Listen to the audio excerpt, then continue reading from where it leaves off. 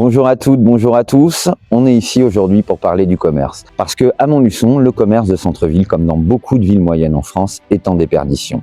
Alors il y a des raisons structurelles nationales, mais il y a aussi des causes locales.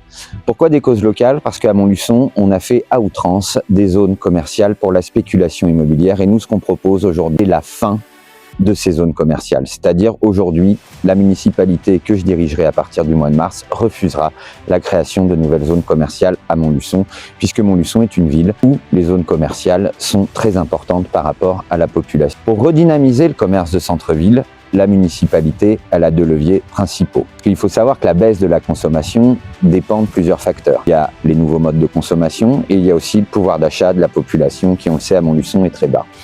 Alors nous, les actions qu'on veut faire pour ramener les gens en centre-ville, c'est premièrement la question de l'animation. On voudrait des animations tous les week-ends en centre-ville. Le centre-ville, c'est le boulevard de Courtet et l'avenue de la République, afin qu'il y ait une égalité et une dynamisation qui amène le chaland en centre-ville. Deuxième point qui est central pour une municipalité, c'est la question du stationnement.